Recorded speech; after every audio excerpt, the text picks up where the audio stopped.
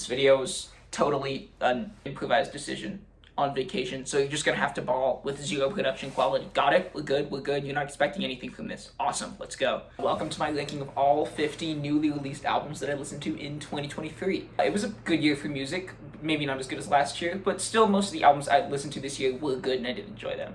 Shout out to Black Mini's Hellfire, Grimes' Earth Angels, Sob's Telltale Signs, and Dark Side of the Moon for being the best albums that I heard this year that didn't come out this year. Now, without further ado, at number 50, the coveted number 50 spot, TV Girl foregoes everything that ever made their music appealing on my least favorite album of the year, and maybe ever, that I've listened to all the way through, Grapes Upon the Vine.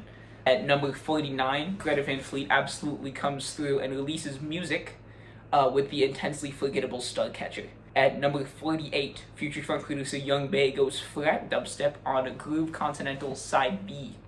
At number 47, Paranol uses too many symbols for my taste on After the Magic. At number 46, Cautious Clay comes through with the well-constructed but poorly produced Carpe. And at number 45, Frog is back with some catchy country folk on the unfortunately mostly inconsistent Grog. At number 44, Elenium bleeds a bit too far into mainstream EDM with his self-titled project. I will still go to bat any day for that Avril Lavigne feature though. It's awesome. Listen to it. At number 43, AJR makes some good strides but still can't help themselves from writing a lot of cringeworthy lyrics on The Maybe Man. At number 42, Gus Dapperton delivers some of the best and worst pop songs of the year on Henge.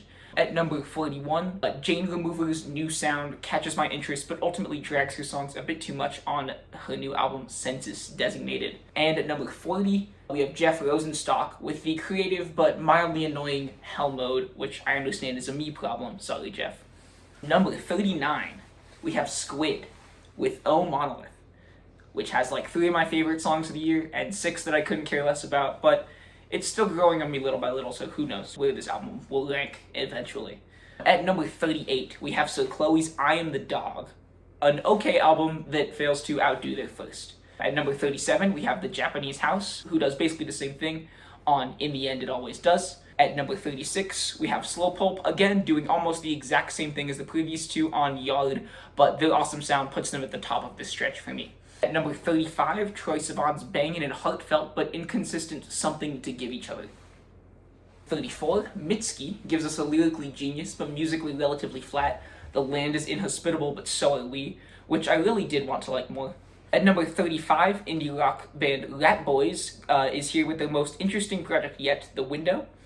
At number 32, Travis Scott gives us some bangers and a lot of fluff on the bloated but worthwhile Utopia. And at number 31, Andre 3000 surprises everybody with the fun and relaxing New Blue Sun. At number 30, we have Hozier with Unreal Unearth, which is a good album that honestly did not need to be an hour long. At number 29, we have Kevin Abstract with a consistent and weird group of songs without any real standouts that is his latest Blanket. At number 28, Samia gives us her most mature crop of songs yet, but loses some of her hookiness on Honey. At number 27, Paramore goes back to basics on This Is Why. And at number 26, Eve Toomer gives us the most confusing project of the year, Hot Between Worlds. We're halfway there, only good albums from here on out. Still some good albums before this too, but still. At number 25, starting off the second half of the list, Indigo D'Souza delivers another batch of emotionally bare ballads on All This Will End. At number 24, Kali Uchis masters a summery sexy jam on Red Moon in Venus. At number 23, Danny Brown hits us with the contemplative Quaranta. At number 22 is Shaky Graves with the thoughtful, plodding movie of the week. At number 21, the first of 2 EPs on this list, is Magdalena Bay with the short but sweet mini mix volume 3.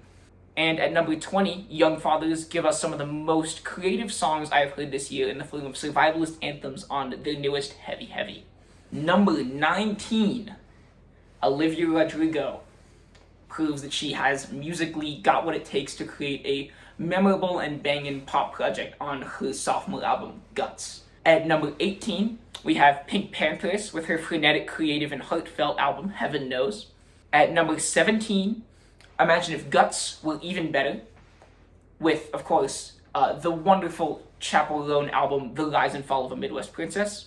At number 16 is Claire Rosenkrantz, making huge advancements with her catchiest and best songs yet on her album Just Because.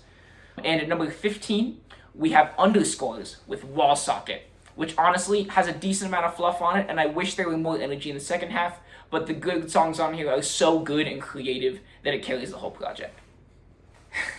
At number 14, yeah, it's one of the most creative, catchy, and fun projects I heard this year. New Jeans' first EP, Get Up. Fantastic. At number 13, Geese fuse country and experimental rock for their weird and addicting 3D country. At number 12 is Quinny's baroque, ornate, and exquisitely arranged debut, Flounder.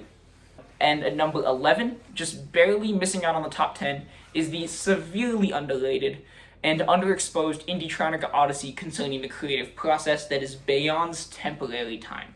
Okay, top 10, here we go. It's top 10 time. What albums?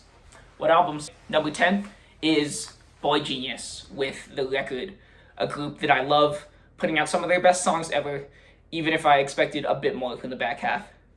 At number 9 is Sufjan Stevens with Javelin, some of the best folk music I've ever heard. The emotional solo and choruses on this album contrast the more thoughtful and low-energy passages so well.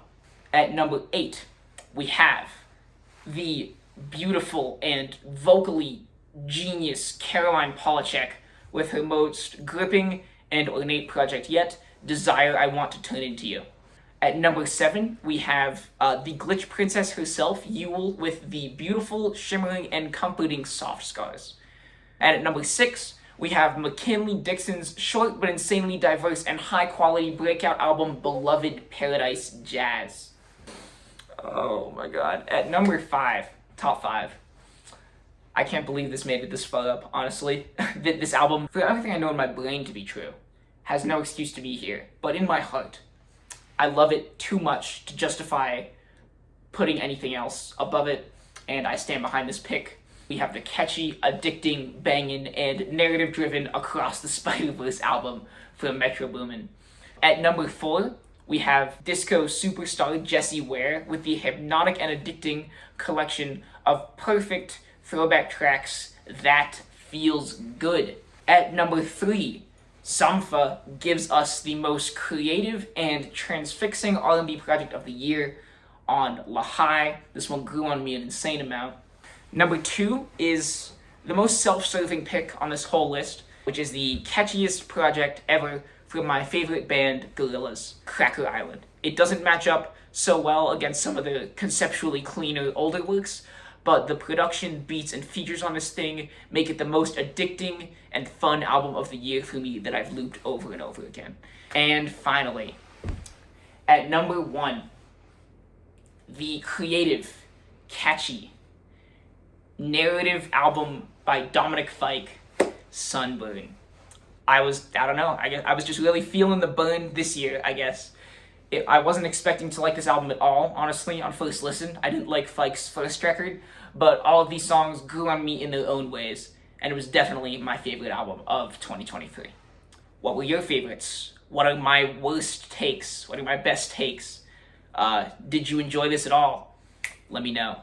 Thank you very much for watching this. Little secret for you, since you made it this far. Top 100 albums ever video later this year. Script is mostly done. Look forward to it. It's gonna be sick.